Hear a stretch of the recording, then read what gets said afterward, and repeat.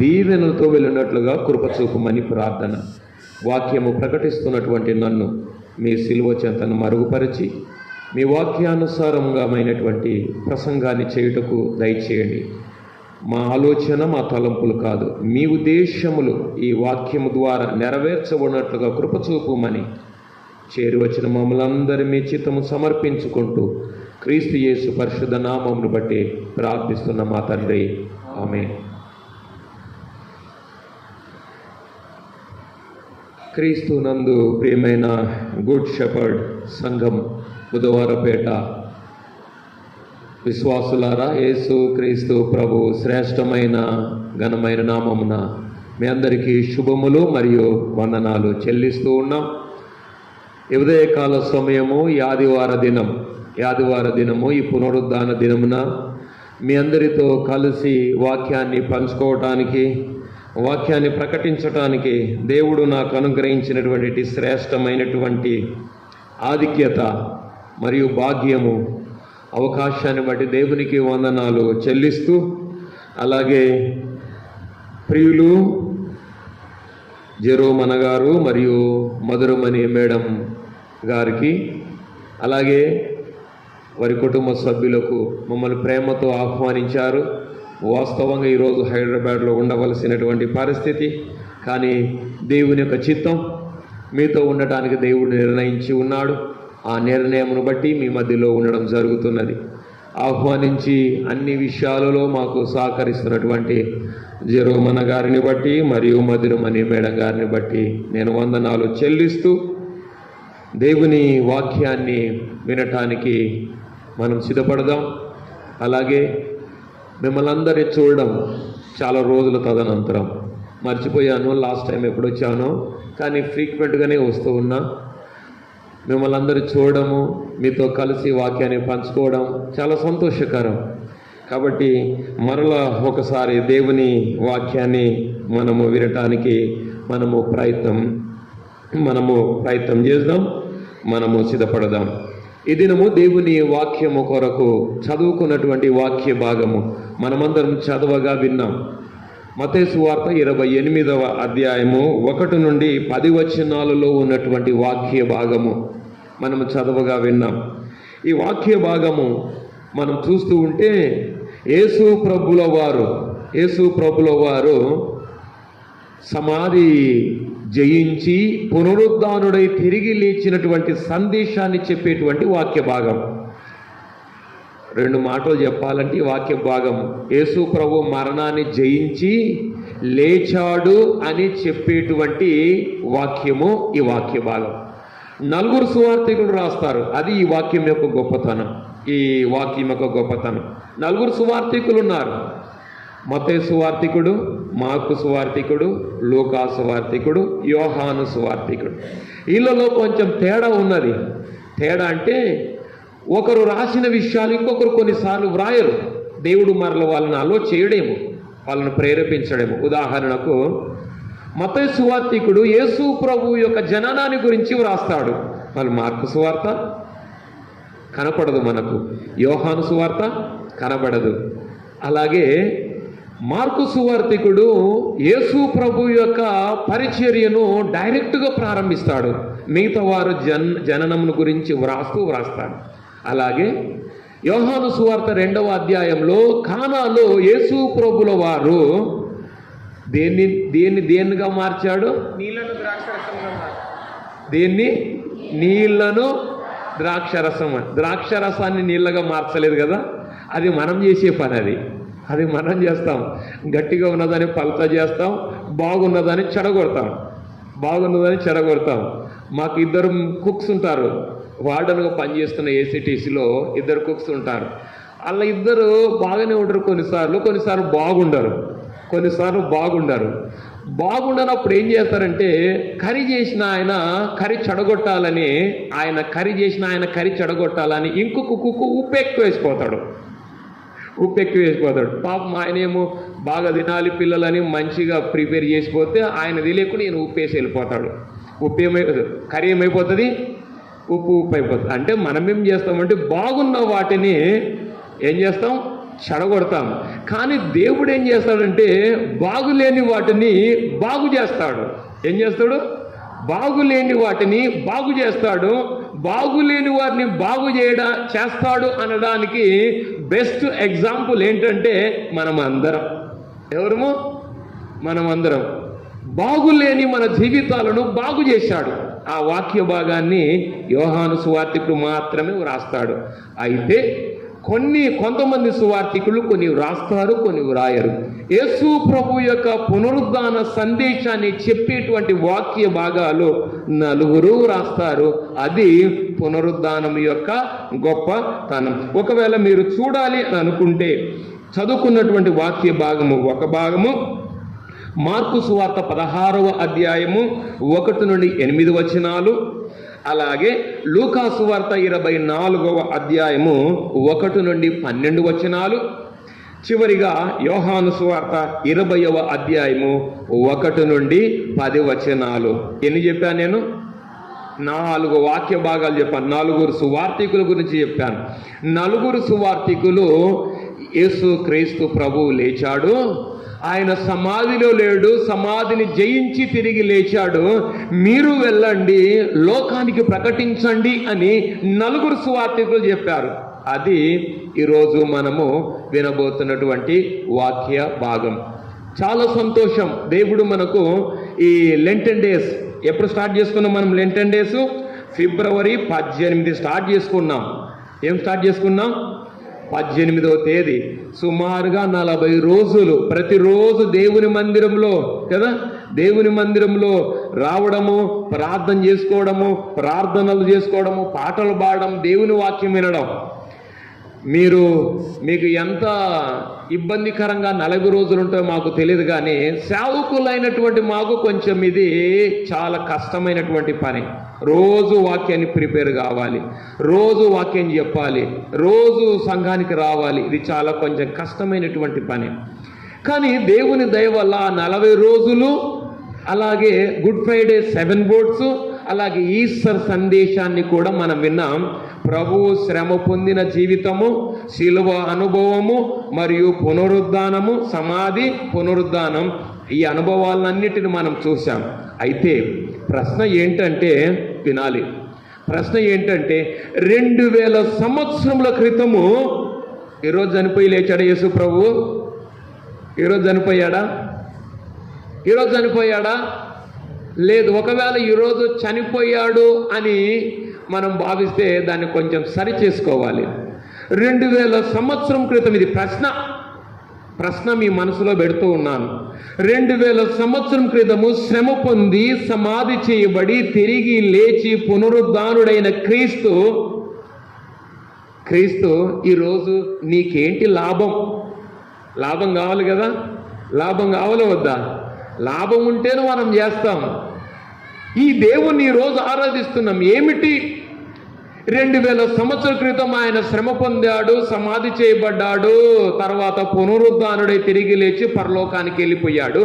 ఆయన ఈరోజు మనకి ఏంటి అని ఒకవేళ ప్రశ్న వేస్తే, ఆ పునరుద్ధానుడైనటువంటి క్రీస్తు, మరణాన్ని జయించి తిరిగి లేచినటువంటి క్రీస్తు ఈరోజు మన జీవితములకు లేదా మనం అనుభవిస్తున్న ప్రతి విధమైనటువంటి దానికి సమాధానము. క్రీస్తు ప్రభు యొక్క పునరుద్ధాన శక్తి, that is the resurrection, the power of resurrection. తర్వాత చెప్తాను. ద పవర్ ఆఫ్ రిజరక్షన్ ఏంటంటే, అది మన జీవితాలలో మనము కలిగి ఉన్నటువంటి ప్రతి విధమైనటువంటి పరిస్థితికి సమాధానం. ఇంకా 2 లేఖన భాగాలు చూపుతా. ది మత్తయి సువార్తతో పాటు ఇంకా 2 లేఖన భాగాలు. ఎలాగూ యేసు ప్రభు యొక్క శ్రమలను, యేసు ప్రభు యొక్క ఆ జీవితాన్ని, యేసు ప్రభు యొక్క శిలువ మరణాన్ని, పునరుద్ధానాన్ని ఈరోజు మనము ఎలాగూ అర్థం చేసుకోవాలో ఈరోజు దేవుని వాక్యము మనకు నేర్పిస్తూ ఉంది. రండి, మొదటి వాక్య భాగముగా యెషయా గ్రంథం 52వ అధ్యాయం. నేను ఒక వచనాన్ని మాత్రమే మీ కొరకు అక్కడ చదువుతాను, మీరు గమనించండి. 52వ అధ్యాయము 13వ వచనం. 52వ వచనం 13వ వచనం. ఆలకించుడి, నా సేవకుడు వివేకంగా ప్రవర్తించును, అతడు హెచ్చింపబడి ప్రసిద్ధుడై మహాగణుడుగా ఎంచబడును. నిన్ను చూచి ఏ మనిషి రూపం కంటే అతని ముఖమును, నర రూపం కంటే అతని రూపమును చాలా వికారమని చాలా మంది ఎలాగో విస్మయం పొందిరో. ఇంత మటుకు చాలు. మిమ్మల్ని అందరూ నేను అభినందిస్తూ ఉన్నా. మీరు అందరూ చక్కగా బైబిల్ చదువుతున్నారు, నాతో పాటు చదువుతున్నారు. వదిలిపెడితే కూడా మీరు చదువుతారు, కానీ ఎక్కువ చదువుతారా అని అవసరం ఉండేది నేను చదువుతూ ఉంటున్నా. కాబట్టి అవసరమైనప్పుడు మీరు కూడా చదవచ్చు. ఇంకా ఎవరైనా బైబిల్ లేని వాళ్ళు ఉన్నారా? మా మొబైలే మా బైబిల్ అంటే అది చాలా ఇబ్బందికరమైన పరిస్థితి. మొబైలే అంటాం కానీ బైబిల్ అని ఎప్పుడు అనం. మొబైలే అంటాం కానీ బైబిల్ అనం. బైబిల్ ఏమంటాం అంటే పరిశుద్ధ గ్రంథం అంటాం. లేదు సార్, నా దగ్గర మొబైల్ ఉంది, దాన్ని కూడా నేను పరిశుద్ధ గ్రంథం అంటాను అంటే నా దగ్గర దానికి సమాధానం లేదు. ఇంకా నా దగ్గర దానికి సమాధానము లేదు. బైబిల్లే కావాలి దేవుని మందిరానికి వచ్చేటప్పుడు. ఉంది అందరి దగ్గర? ఒకసారి చూపించండి. అక్కడక్కడ కనపడంలే. దయచేసి తీసుకురండి. అది మనకు క్షేమం. మిమ్మల్ని నడిపిస్తుంది, మిమ్మల్ని కాపాడుతుంది, మిమ్మల్ని పోషిస్తుంది. అది జీవ గ్రంథము. దాన్ని ఏమంటాము? జీవ గ్రంథం. లోకంలో ఉన్న నిధులన్నీ అందులోనే ఉన్నాయి. కాబట్టి మీరు మోస్తే మిమ్మల్ని నడిపిస్తుంది. బైబిల్ను మనము గమనించాలి. వాక్యంలోకి వస్తున్నాం. 52వ అధ్యాయము 14వ వచనంలో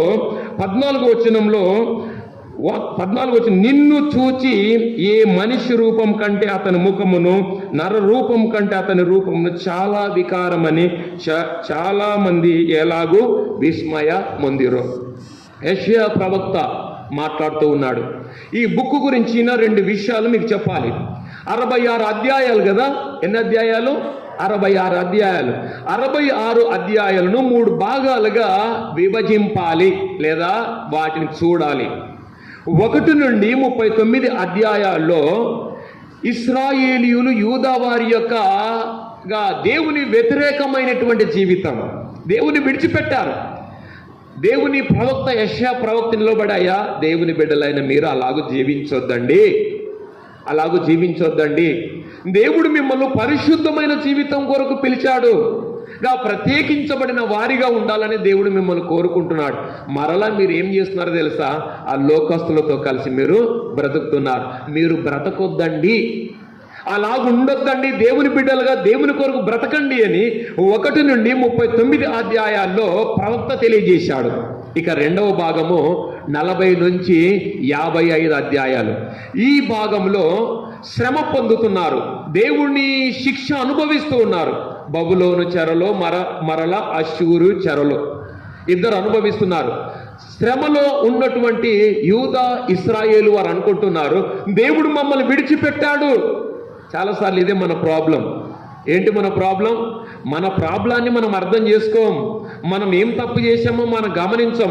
ఎదుటి వారి మీదికి మన తప్పులు వేయడానికి ప్రయత్నం చేస్తూ ఉంటాం. That is a blaming game. ఏమంటాం? బ్లేమ్ చేస్తూ ఉంటాం. మన తప్పులు మనము ఎరగం, లేదా మన తప్పులు మనం తెలుసుకోం. అవ్వ కూడా పాపం చేసి ఆదాము దగ్గరకు వచ్చింది. ఇద్దరు కలిసి తిన్నారు. దేవుడు అడిగాడు, ఏమి ఆదామా ఎక్కడున్నావు? నేను తినొద్దన్న పనులు ఏమైనా నువ్వు తిన్నావా అంటే, తిన్నాను దేవా, క్షమించు దేవా, పొరపాటు జరిగింది దేవా అని చెప్పింటే అయిపోయేది. దాన్ని చెప్పం మనం. ఏమంటాం? ఈ యవ్వనే. ఏమంటుంది? ఈ యవ్వనే. ఇంకోటి ఏమన్నాడు? ఈ యవ్వనే తినింది అని అబద్ధం చెప్పా. అంటే బ్లేమింగ్ అనమాట. ఇద్దరం తిన్నాం ప్రభువా, ఇద్దరం తిన్నాము, పాపం చేశాము, మమ్మల్ని క్షమించు అంటే అయిపోయేది. అలా చెప్పలే, ఇంకొకరి మీదికి నెపము వేస్తూ ఉన్నాడు. ఇక్కడ కూడా పరిస్థితి అదే.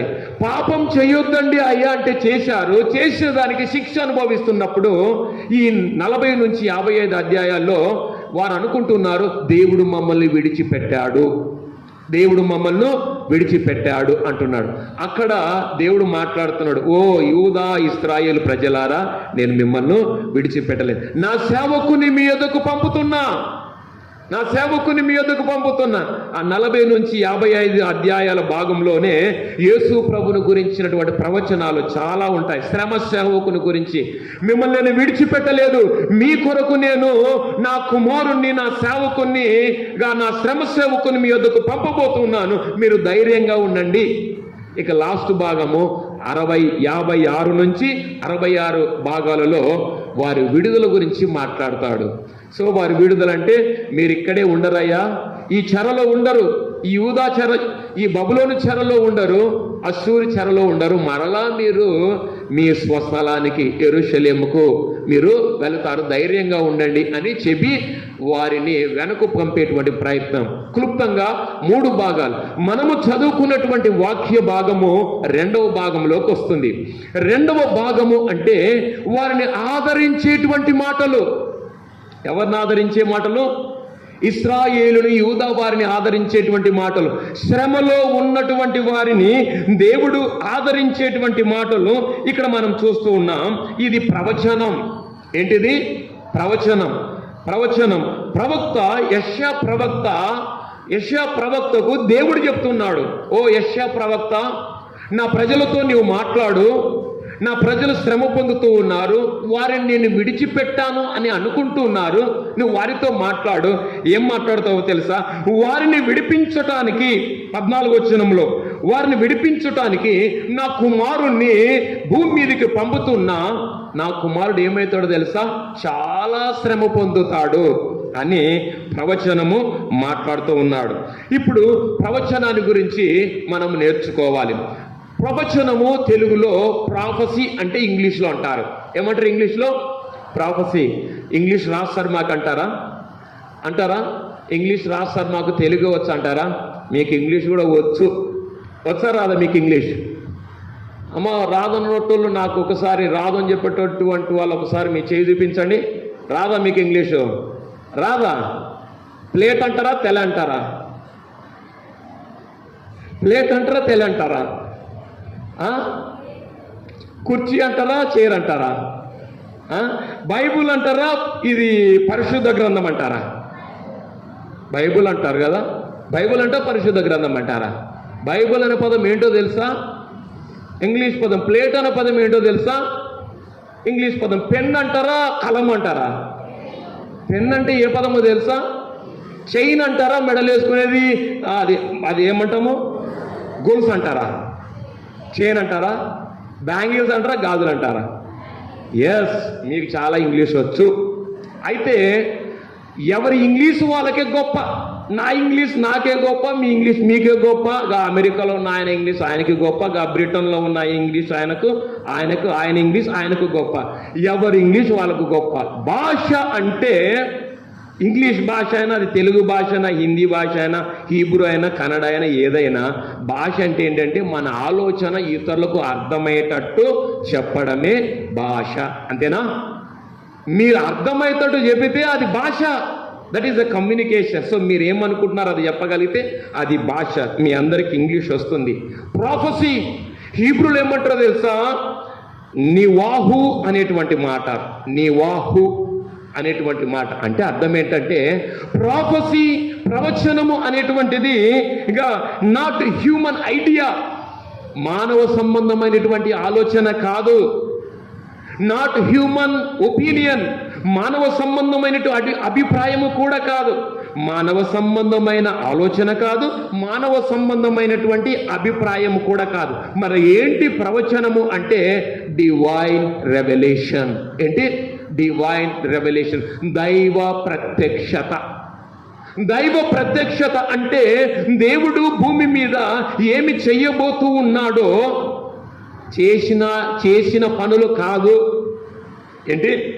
ఏమి చెయ్యబోతూ ఉన్నాడో అంటే రేపు సోమవారం ఏమి చేయబోతూ ఉన్నాడో, మంగళవారం ఏమి చేయబోతున్నాడో, మే మాసంలో ఏమి చేయబోతున్నాడో, 2027లో ఏమి చేయబోతున్నాడో దాన్ని చెప్పేటువంటి దాన్నే, అంటే భవిష్యత్తులో జరిగేటువంటి పనులను ఏమంటారు?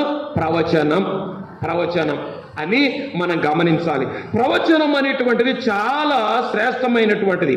ఆమోసు గ్రంథము 3వ అధ్యాయము 7వ వచనాన్ని మీరు ఇప్పుడు చదవండి. ఆమోసు గ్రంథం 3వ అధ్యాయము 7వ వచనం. తన సేవకులైన ప్రవక్తలకు తాను సంకల్పించిన దానిని బయలుపరచకుండా ప్రభు అయిన యెహోవా ఏమీయూ చెయ్యడు. ఇక్కడ ప్రవచనం గురించి మనం మాట్లాడుతున్నాం. ప్రవచనం అంటే ఎంత ప్రాముఖ్యమైనది అంటే, దేవుడు ఏమైనా భూమి మీద ఉన్న తన ప్రజలకు దేవుడు ఏమైనా ఈ లోకానికి చెయ్యాలి అని అనుకుంటే దేవుడు ఏం చేస్తాడంట? ఆల్ ఆఫ్ సడన్ చెప్పాడు. ఏం చేస్తాడు?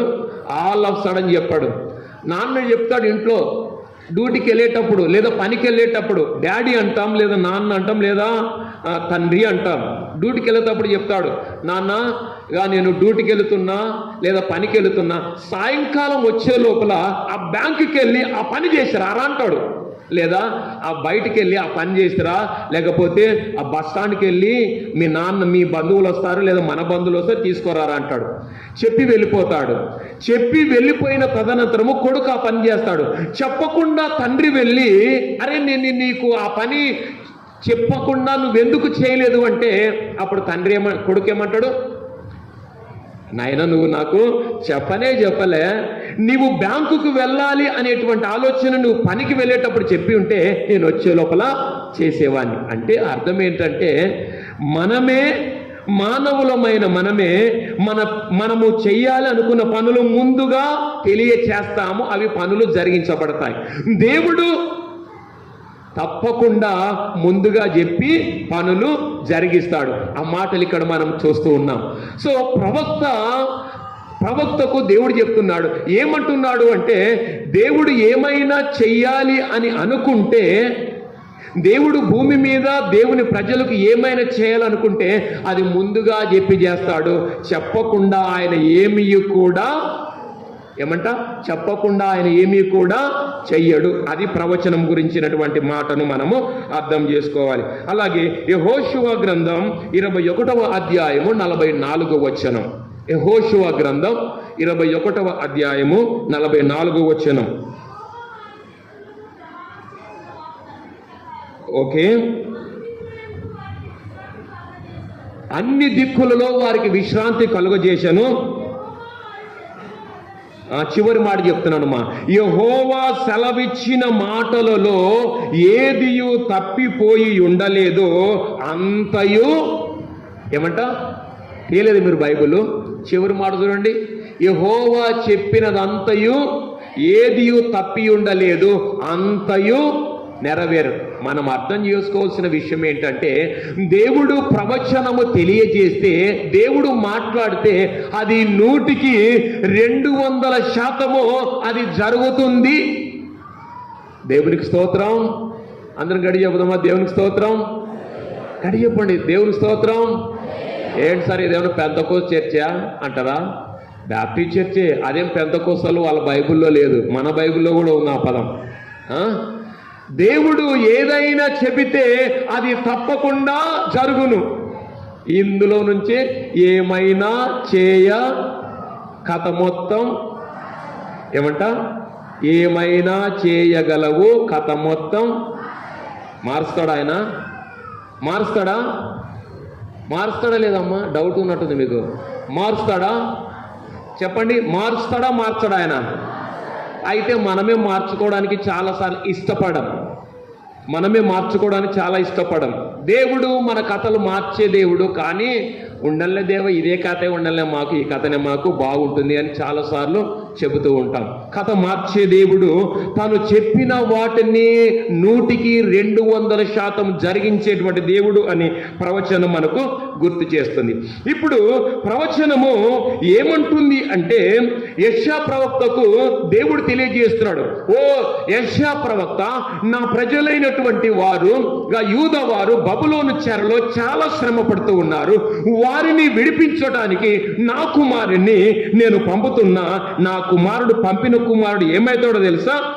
14వ వచనం అంటాడు, అతని ముఖము మరియు అతని రూపము గుర్తుపట్టనంతగా. ఏమంట? అతని ముఖము అతని రూపము గుర్తుపట్టనంతగా నా కుమారుడు వారి కొరకు శ్రమను అనుభవించబోతూ ఉన్నాడు. ఏమంట? దేవుడు తన ప్రియ కుమారుణ్ణి ఈ లోకానికి ఎందుకొరకు పంపుతున్నాడంటే, శ్రమలో ఉన్నటువంటి తన ప్రజలైనటువంటి వారిని విడిపించటానికి దేవుడు తన కుమారుణ్ణి శ్రమ పెట్టబోతూ ఉన్నాడు. ఇక్కడ అర్థం చేసుకోవాల్సిన విషయం ఏంటంటే, మన దేవుడు ఏంటున్నారా, మన దేవుడు నీవు నేను మనము లేదా ఆనాడు యూదా ప్రజలు శ్రమ పడుతూ ఉంటే చూసి ఊరుకుండే దేవుడు కాదు. అది దేవుని యొక్క గొప్పదనం. చూసి ఊరుకుండే దేవుడు కాదు. అనుభవించనులే, నేను చెప్పితే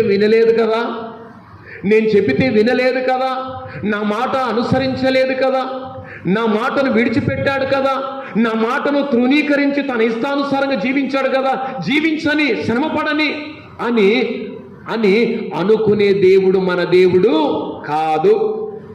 రెండవది, మన దేవుడు ఎలాంటి దేవుడు అంటే, దేవుడు తన ప్రియ బిడ్డలు శ్రమ పడుతూ ఉన్నప్పుడు వారితో కలిసి ఏంటంటే, దేవుడు వారితో కలిసి వారు అనుభవించేటువంటి శ్రమలు తన శ్రమలుగా భావించి వారితో కూడా శ్రమ పడేటువంటి దేవుడు. ఇక్కడ అదే ప్రవచనం గుర్తు చేస్తుంది. ఓ యెషయా, నా ప్రజలు చెప్పు, వారు శ్రమ పడుతూ ఉన్నారు, వారిని విడిపించటానికి నా కుమారుణ్ణి లోకానికి పంపుతున్నా. నా కుమారుడు వారిని విడిపించటానికి భయంకరమైనటువంటి శ్రమ ఆయన అనుభవించవలసి ఉన్నది. 14వ వచనం అంటాడు, డిస్ఫిగర్డ్ అంటే రూపము అంటే గుర్తుపట్టడానికి ఏమాత్రము కూడా అవకాశం లేనటువంటి స్థితి. గుర్తుపట్టడానికి అవకాశం లేనటువంటి పరిస్థితి. ఈ మధ్య కాలంలో ఈ చంపేటువంటి ఆ చంపుటలో క్రూరత్వం మనం అక్కడక్కడ చూస్తూ ఉన్నాం. చంపడంలో క్రూరత్వం. ఇంతకుముందు రాయలసీమ అంటే ఆ బాంబులు వేసుకునేటువంటి వారు లేదా కత్తులతో పొడిచి చంపుకునేటువంటి వారు. అందులో కూడా మనోళ్ళే ఎక్కువ చనిపోయినది మనోళ్ళే, చంపుకునేది మనోళ్ళే. వాళ్ళు అంతసేపు ఉంటారు పైనోళ్ళు, పైనోళ్ళు అంతసేపు ఉంటారు, మనమే శ్రమ పడేటువంటిది. ఒకప్పుడు అలా ఉండేది. ఇప్పుడు ఎలాగుందో తెలుసా? చంపేటువంటి వారిని చాలా క్రూరంగా చంపుతున్నారు. ఏమాత్రం గుర్తుపట్టనట్టు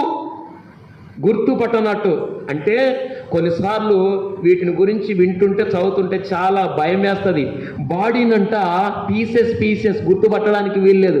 తల తీసేస్తారు, గుర్తుపట్టొద్దు. లేదా పెట్రోల్ పోస్తారు, గుర్తుపట్టొద్దు. లేకపోతే ఇంకొక రకంగా ట్రాక్ మీద పెట్టడము, రైల్వే ట్రాక్ మీద పెట్టడం, గుర్తుపట్టనట్టు. డిస్ఫిగర్డ్ అనేటువంటి మాట. దేవుడు ఈ లోకానికి సృష్టికర్త, లోకములో సార్వభౌమాధికారుడు, సర్వశక్తిమంతుడు. ఈ దేవుడు తన ప్రియ బిడ్డల కొరకు ఈ లోకానికి వచ్చి ఎలాగయ్యాడు తెలుసా?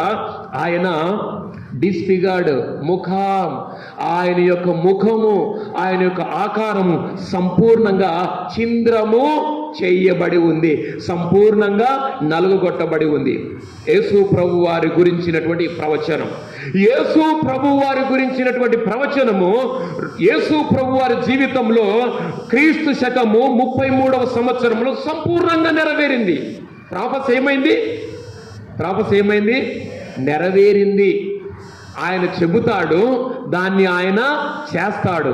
దేవుడు ఏ ప్రవచనం అయితే యెషయా ప్రవక్తకు చెప్పాడో ఆ ప్రవచనం ద్వారా యేసు ప్రభు ఈ లోకానికి వచ్చి ఆయన జన్మించి తన బిడ్డల కొరకు లేదా తన ప్రజల కొరకు ఆయన అనేకమైనటువంటి ఘోరమైనటువంటి శిక్ష ఆయన అనుభవించాడు.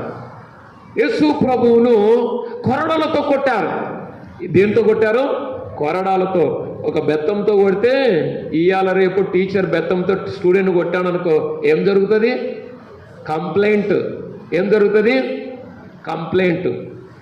ఇది వాక్యానికి విరుద్ధమైనటువంటిది. వాక్యం ఏమంటుంది? బెత్తము వాడితేనే సెటరేట్ అవుతారు. మా పిల్లలు కూడా స్కూల్లో చదువుతారు. మా చిన్నోడు వచ్చి ఈ మధ్యకాలం చెప్పాడు, డాడీ నన్ను టీచర్ కొట్టింది. నేను వెంటనే అరే నువ్వు తప్పు చేసి ఉంటావు కొడతారా, లేదా నువ్వు టీచర్ చెప్పిన పని చేయకుంటే కొట్టింటుంది, లేకపోతే ఎందుకు కొడుతుందరా టీచర్ అంటే నీకేమైనా, నువ్వంటే టీచర్కి ఏమైనా పగనా ప్రతీకారమా అన్నాను. ఇంకొకసారి ఇంకా చెప్పడానికి ఇష్టపడ్డాడు. సో దేవుని బిడలమైనటువంటి మనము చాలాసార్లు మన పిల్లల్ని శిక్షిస్తున్నప్పుడు మనం చాలాసార్లు ఇబ్బంది పడతాం, ఎందుకంటే ఇక ఏడుస్తాడు, బాధపడతాడని.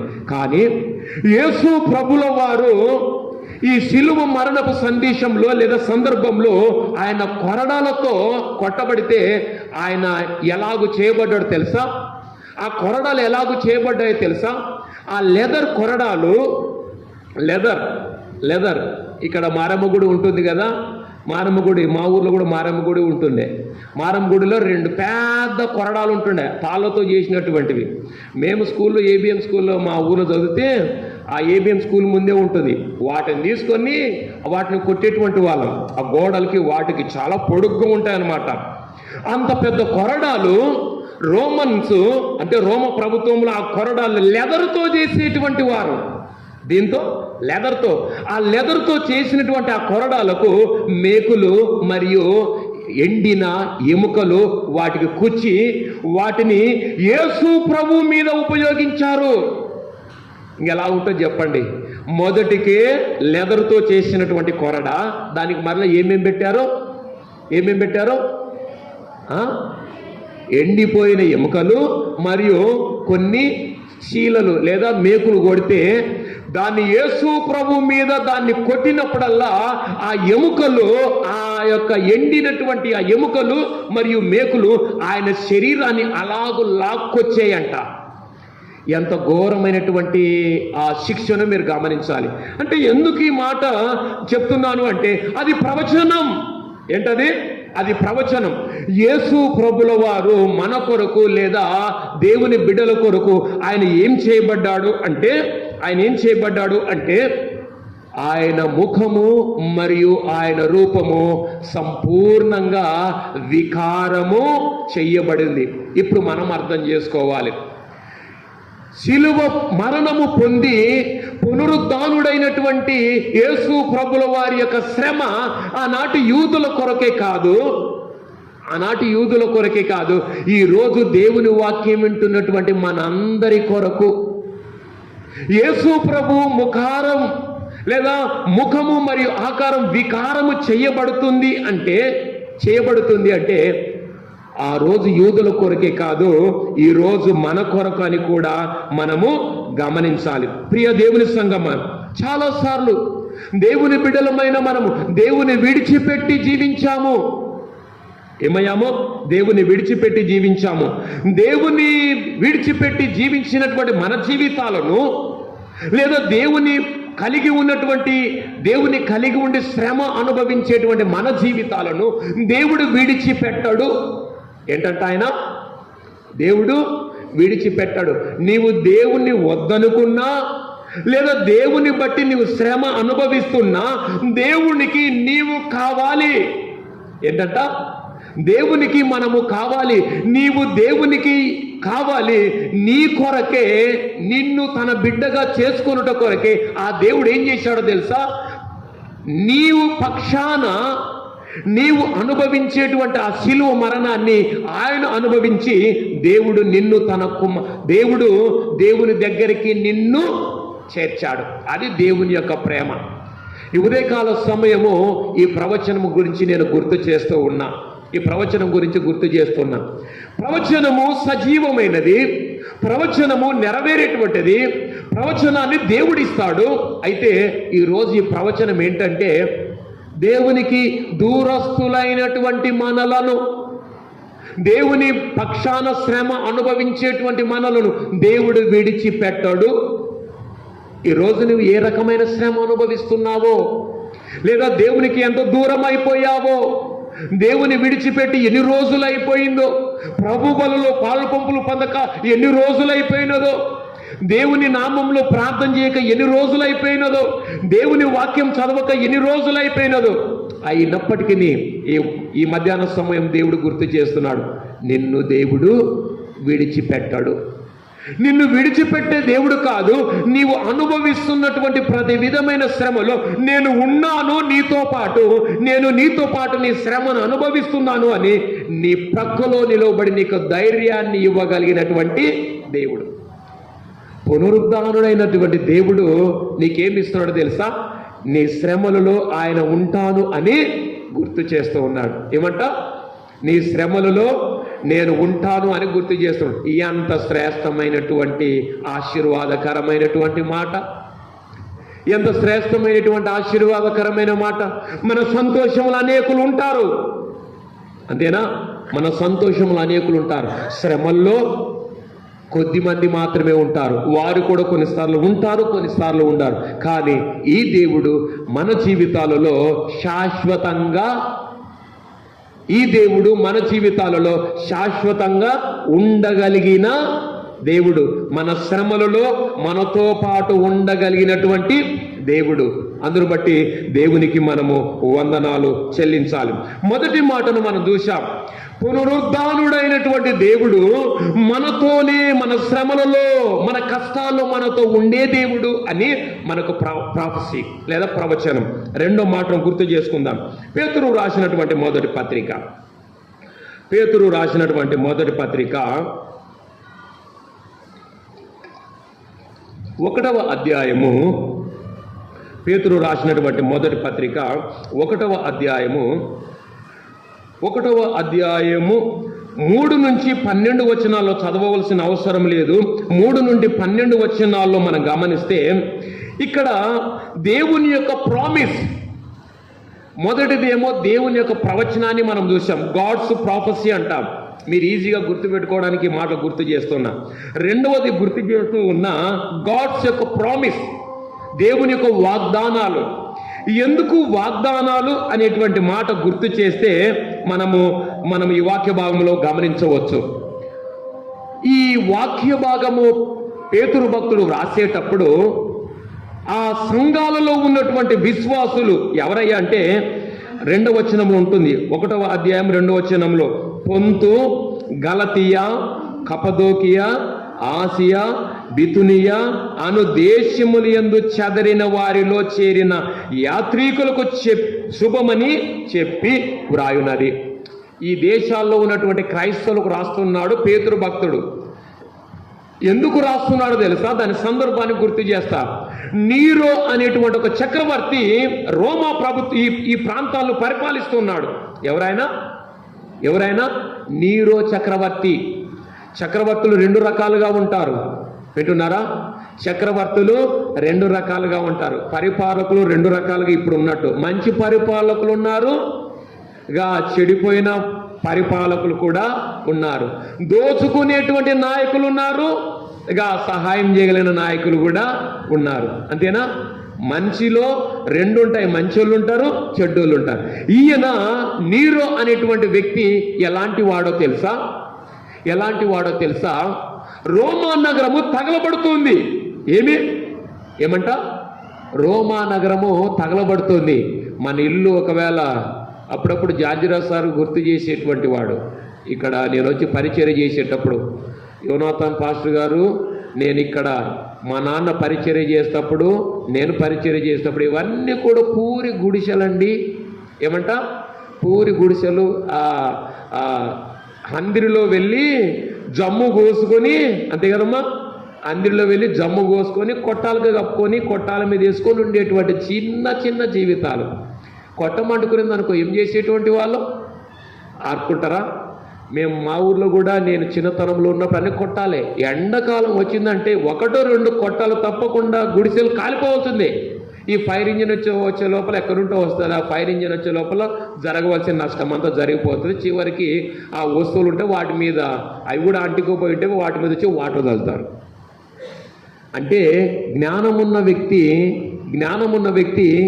అంటుకున్నప్పుడు ఏం చేయాలి చెప్పాలి మీరు? ఇప్పుడు జ్ఞానమున్న వ్యక్తి అంటుకున్నప్పుడు ఏం చేయాలి?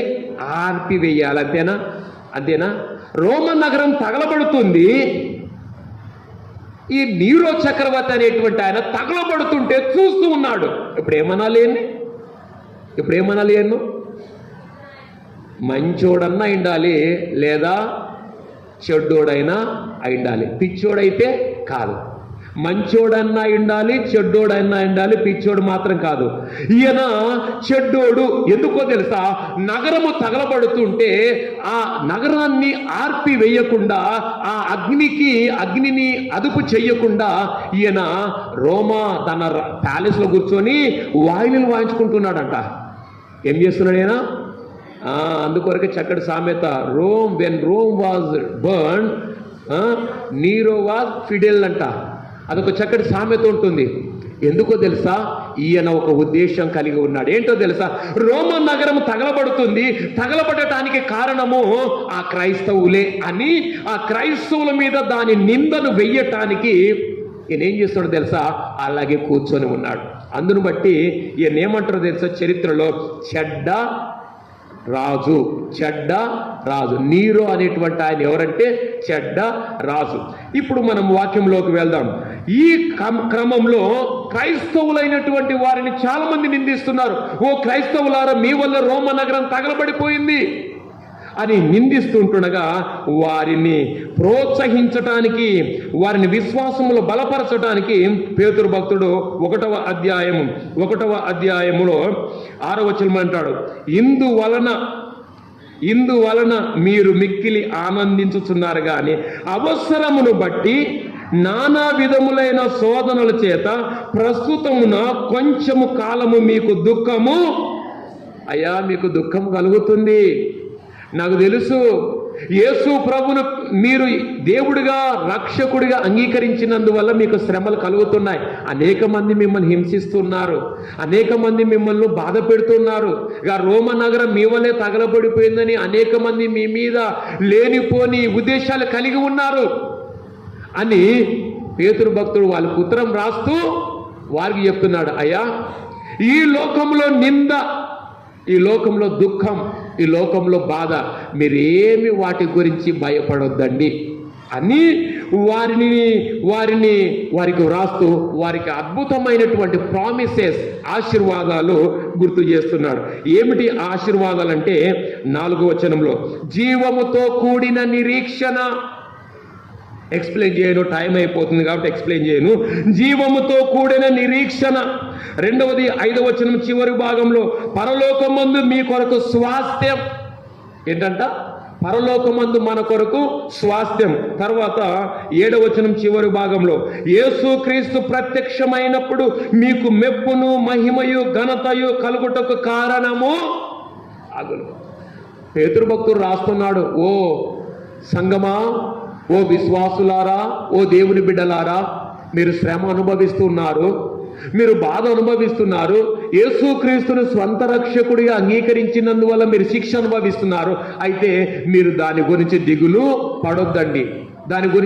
పడొద్దండి. మన నిరీక్షణ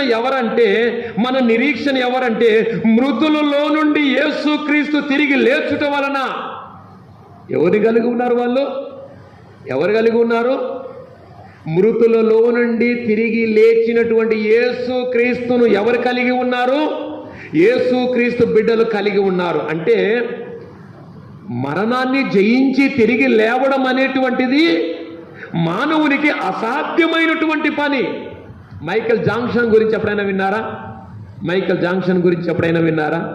మైకేల్ జాక్సన్ అంట తను అనేక సంవత్సరములు జీవించాలి అని, అనేక రకాలుగా తను బ్రతకాలి అని, అనేక సంవత్సరం డాన్స్ చేసి బ్రతకాలి అని తన ఇంటిని హైలీ సొఫిస్టికేటెడ్, బయట నుంచి ఏ రకమైనటువంటి వైరస్ రాకుండా ఇంటికి కావలసినటువంటి భద్రత, తనకి ఏమైనా అనారోగ్యం వస్తే వెంటనే చూడటానికి డాక్టర్స్, అలాంటి వ్యక్తి చివరికి చనిపోయాడు. అలెగ్జాండర్ ది గ్రేట్, డబ్బుంది, డాక్టర్స్ ఉన్నారు, ఆరోగ్యం ఉంది, జ్ఞానం ఉంది, అన్ని ఉన్నాయి, చనిపోయాడు. అంటే అర్థం ఏంటంటే మనిషి చనిపోతాడు ఒక రోజు. చనిపోయిన మనిషి మాత్రము తిరిగి ఏమవుతాడు? తిరిగి లేస్తారు. మనిషి గురించి మాట్లాడుతాను, విశ్వాసుల గురించి మాట్లాడడం లేదు. మనిషి అనేటువంటి వ్యక్తి చనిపోతాడు, చనిపోయినటువంటి వ్యక్తి తిరిగి లేవడు. అయితే యేసు క్రీస్తు ప్రభుల వారు మృతులలో ప్రథముడుగా, ఏంటంటే ఆయన యేసు క్రీస్తు ప్రభుల వారు మృతులలో ప్రథమ ఫలముగా ఆయన మరణాన్ని జయించి తిరిగి లేచారు. అంతవరకే కదా మనం లాస్ట్ వీక్ మనము ఏం చేసుకున్నాం, ఈస్టర్ చేసుకున్నాం. ఈస్టర్ అంటే పునరుద్ధానం, అంటే మా ప్రభు తిరిగి ఈ మధ్య కాలంలో రన్ ఫర్ జీసస్ అనే ప్రోగ్రాం చేస్తున్నాం మనం. ఏ ప్రోగ్రాం అది? ఏం చెప్తున్నాం అక్కడ? అది చెప్తున్నామా? మా హైదరాబాద్లో ట్యాంక్ బండ్ మీద డీజే పెట్టుకొని డ్యాన్స్ చేసినారు. ఏం పెట్టుకొని డ్యాన్స్ చేసినారు? నేను చెప్తున్న మాట కాదు, ఒక ఆయన వచ్చి నాకు చెప్పిన మాట నేను మీకు చెప్తూ ఉన్నా. డీజే పెట్టుకొని డ్యాన్స్ చేసినారు ట్యాంక్ బండ్ మీద. అక్కడక్కడ కూడా డ్యాన్సులు వేస్తారు డీజే పెట్టుకొని. ఎందుకు అంటే వాళ్ళ సంతోషం ఏంటంటే యేసు ప్రభు తిరిగి లేచాడు, వాళ్ళ సంతోషం. అందుకొరకు డీజే ఎట్లయిందో తెలుసా? ఆ బయట వాళ్ళ పండగలు కూడా అట్లే డీజే అయి పెట్టుకొని డ్యాన్సులు వేస్తున్నారు. వాళ్ళ పండగగా యేసు ప్రభు పునరుద్ధానుడే తిరిగి లేచినటువంటి ఆ గొప్ప ఆ సెలబ్రేషన్ అంతా ఒకటే. వాళ్ళేస్త్రీ మనమేస్త్రీ ఏమైంది చివరికి? వాళ్ళు మనము అంతా ఒకటేనా? ఎస్, ఒకటే అయిపోయినాం. లోకం దృష్టిలో ఒకటే అయిపోయాం. యేసుక్రీస్తు పునరుద్ధానుడయ్యాడు అని చెప్పేదానికంటే కూడా ఈ డీజే సౌండ్ డ్యాన్స్ ఎక్కువైపోయింది ఇవాళ రేపు. ప్రశ్నించుకోవాలి. పేతురు భక్తుడు సంఘానికి రాస్తున్నాడు, అయ్యా మీరు ఎవరిని కలిగి ఉన్నారంటే మృతులలో నుండి తిరిగి లేచినటువంటి యేసుక్రీస్తును దేవుడిగా కలిగి జీవించారు. ఆ దేవుని నమ్ముకున్నటువంటి మీ విశ్వాసం ఏంటో తెలుసా? సజీవముతో కూడినటువంటి జీవముతో కూడినటువంటి నిరీక్షణ. దేవుని బిడ్డలమైనటువంటి మనతో ఈ వాక్యం మాట్లాడుతూ ఉంది. వింటున్నారా? దేవుని బిడ్డలమైన మనతో మాట్లాడుతుంది. ఆనాడు విశ్వాసులే కాదు శ్రమ అనుభవించేటువంటిది. ఈరోజు మనం కూడా అనుభవిస్తున్నాం శ్రమలు. ఈరోజు మనకు చాలా కష్టాలే వస్తున్నాయి. ఈ మధ్యకాలంలో సుప్రీంకోర్టు జడ్జిమెంటు, ఒక వ్యక్తి షెడ్యూల్ క్యాస్ట్ షెడ్యూల్ ట్రైబ్లో నుండి క్రైస్తవ్యం పుచ్చుకుంటే అతను ఏమాత్రం కూడా రిజర్వేషన్ పొందటానికి వీలు లేదు. శ్రమ ఇది. మతాన్ని సామాజిక స్థితితో పోల్స్తున్నటువంటి పరిస్థితి. ఈ మధ్యకాలం పెద్ద డిబేట్ జరుగుతుంది దీని మీద, ఇది శ్రమనే. ఇప్పుడు మన ప్రాబ్లం ఏంటంటే బ్యాప్టిజం తీసుకోవాలా వద్దా, బైబిల్కి వెళ్ళాలా, చర్చికి వెళ్ళాలా వద్దా, బైబిల్ పట్టుకుంటే ఫోటో తీస్తారేమో, బైబిల్ ఇంట్లో పెట్టుకుంటే వచ్చి ఫోటో తీస్తారేమో, బ్యాప్టిజం తీసుకుంటే పట్టుకుంటారేమో, చర్చిలో పెళ్లి చేసుకుంటే పట్టుకుంటారేమో. ఇదంతా కూడా మనకు శ్రమకాలం.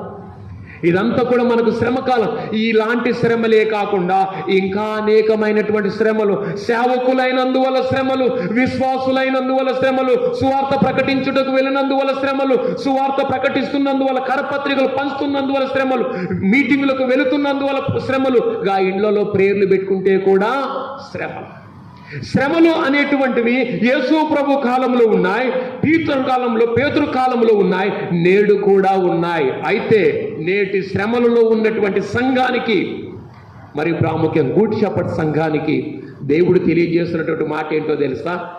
నీ శ్రమలలో నీవు నిలవబడితే, మృతులలో నుండి యేసుక్రీస్తును విశ్వసించేటువంటి నీ జీవితంలో శ్రమలు ఉంటే, వాటిలో నిలవబడితే ప్రభు నీకేమిస్తాడో తెలుసా? పరలోకమందు నీ కొరకు స్వాస్థ్యం ఏముందంట? ఎక్కడుందంటే స్వాస్థ్యము ఎక్కడుందంట? మేము చూస్తేమా సార్ అని అనొద్దండి. దేవుడు యేసు ప్రభు మృతులలో తిరిగి లేచాడని విశ్వసిస్తే నీ కొరకు శ్రేష్టమైనటువంటి స్వాస్థ్యం పరలోకంలో ఉన్నది. ఆయన తీసుకురాబోతూ ఉన్నాడు. పౌలు భక్తుడు ఇదే మాట అంటాడు, అయ్యా నా కొరకు ఇక మీదట ఏ కిరీటము ఆయన కూడా చూడలేదు.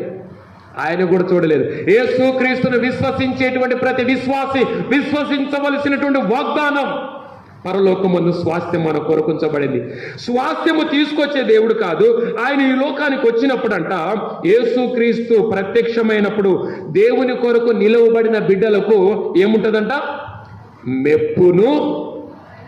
చదవండి ఆ మాటలు. ఏముంటుందంట? మెప్పును, మహిమయు, ఘనతయు కలుగుటకు కారణమవును. దీన్ని సింపుల్గా చెప్పాలంటే, దేవుని కొరకు మనము ఈ లోకంలో నిలవబడగలిగితే, యేసు ప్రభు ఈ లోకానికి వచ్చాడు, నీ భుజం మీద చేయి వేసి ఏమంటాడంట? బలా నమ్మకమైన మంచి దాసుడా అని నీకు మెప్పును, నీకు ఘనతను, నీకు మహిమను దేవుడు తీసుకొస్తాడంట. ఎంత శ్రేష్టమైనటువంటి ఆధిక్యత! ఎంత శ్రేష్టమైనటువంటి ఆధిక్యత! This is the God's promise for those who have experiencing the trials. శ్రమలు అనుభవిస్తున్న, శోధనలు అనుభవిస్తున్న, నిందలు అనుభవిస్తున్నటువంటి సంఘానికి దేవుడు అనుగ్రహిస్తున్నటువంటి శ్రేష్టమైనటువంటి ప్రామిస్. ఈరోజు దేవుడు నీకు ఇస్తున్నటువంటి ప్రామిస్ ఏంటో తెలుసా? భయపడొద్దు, భయపడొద్దు. వీళ్ళు నిన్ను భయపెట్టొచ్చు, కానీ యేసు ప్రభు వారు ఒకరోజు ఈ లోకానికి రానయ్యున్నాడు. ఆయన వచ్చినప్పుడు నిన్ను అభినందించాలి అంటే, నీకు ఆ కిరీటం ఇవ్వాలంటే, నిన్ను దేవుడుగా, నిన్ను ఉన్నతమైనటువంటి స్థానం నిలవబెట్టాలంటే దేవుని కొరకు నీవు నిలవబడాలి. ఏంటంట? దేవుని కొరకు నీవు నిలవబడాలి. ఎన్ని శ్రమలు ఎదురైనా నిలవబడితే దేవుడు తన వాగ్దానాన్ని మన ఎడల నెరవేర్చేటువంటి దేవుడు. మూడవ వాక్య భాగంలోకి మనం వెళ్దాం.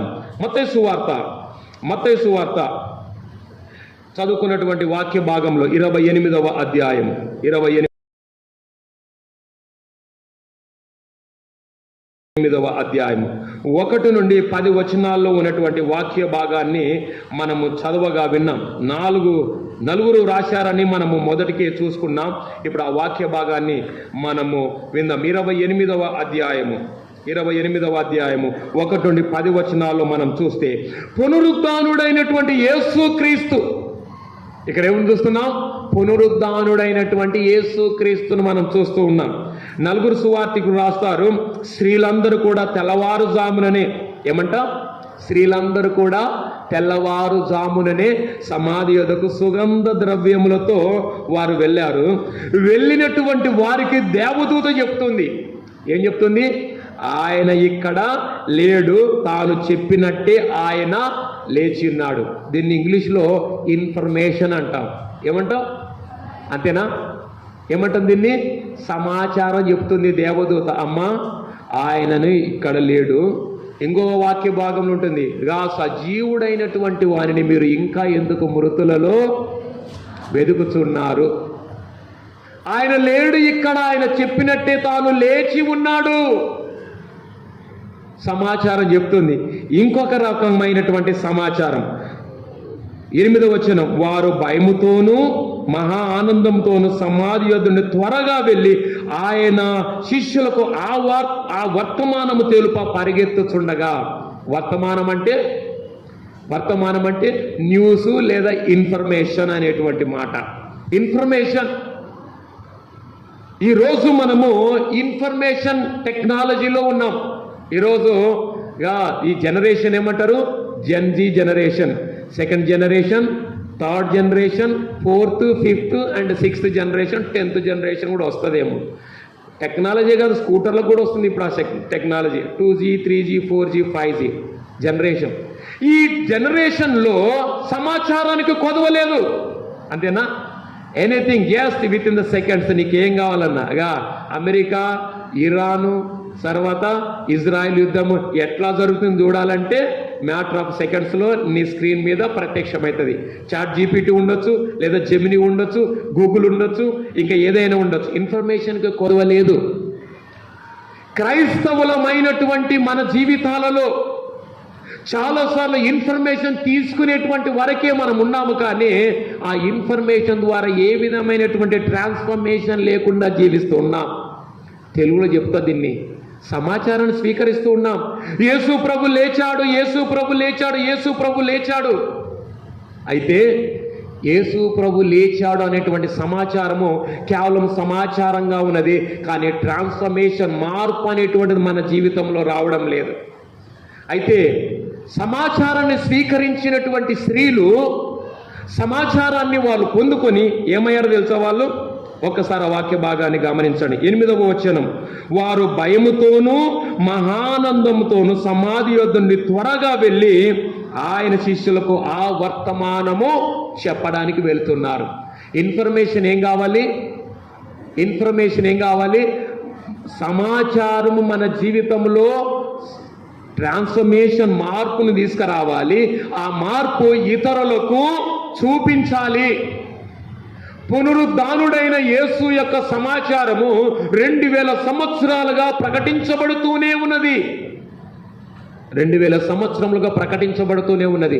ప్రశ్న ఏంటంటే, ఈ పునరుద్ధానుడైన యేసు లేచాడు అనేటువంటి సమాచారం విన్నటువంటి మన జీవితాలలో ఏమైనా మన జీవితాలకు మార్పును తీసుకువస్తుందా అనేటువంటిది ప్రశ్న.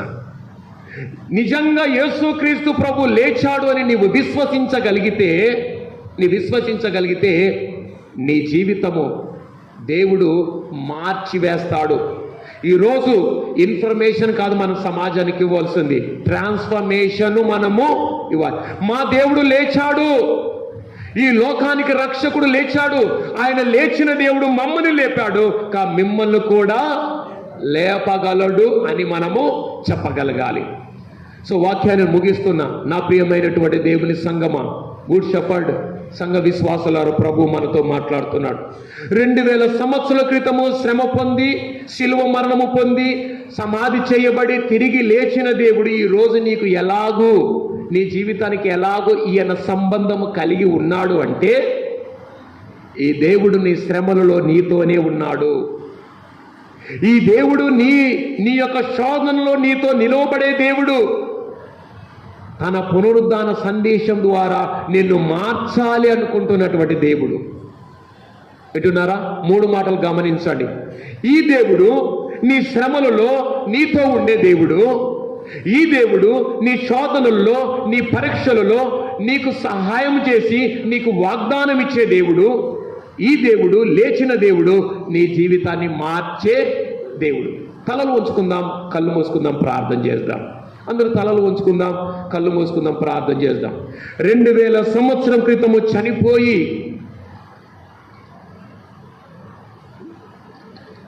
2000 సంవత్సరాల క్రితం చనిపోయి సమాధి చేయబడి తిరిగి లేచినటువంటి దేవుడు ఈరోజు నీ శ్రమలలో నీతోనే ఉంటాను అంటున్నాడు. నీ శ్రమలతో నీతోనే ఉంటాను అంటున్నాడు. నీ శోధనలలో నీకు వాగ్దానం ఇస్తూ ఉన్నాడు. నీ యొక్క విశ్వాస జీవితంలో నిన్ను మార్చాలి అనుకుంటూ ఉన్నాడు. ఆ దేవుణ్ణి మనము కలిగి ఉంటే, మనతో ఉండే దేవుడు, వాగ్దానం ఇచ్చే దేవుడు, మనల్ని నడిపించగలిగిన దేవుడు. తలలు ఉంచుకుందాం. ఈ ప్రకటించబడినటువంటి వాక్యము మన జీవితాల్లో నీరు కట్టి ఫలించినట్లుగా మనము ప్రార్థన చేద్దాం.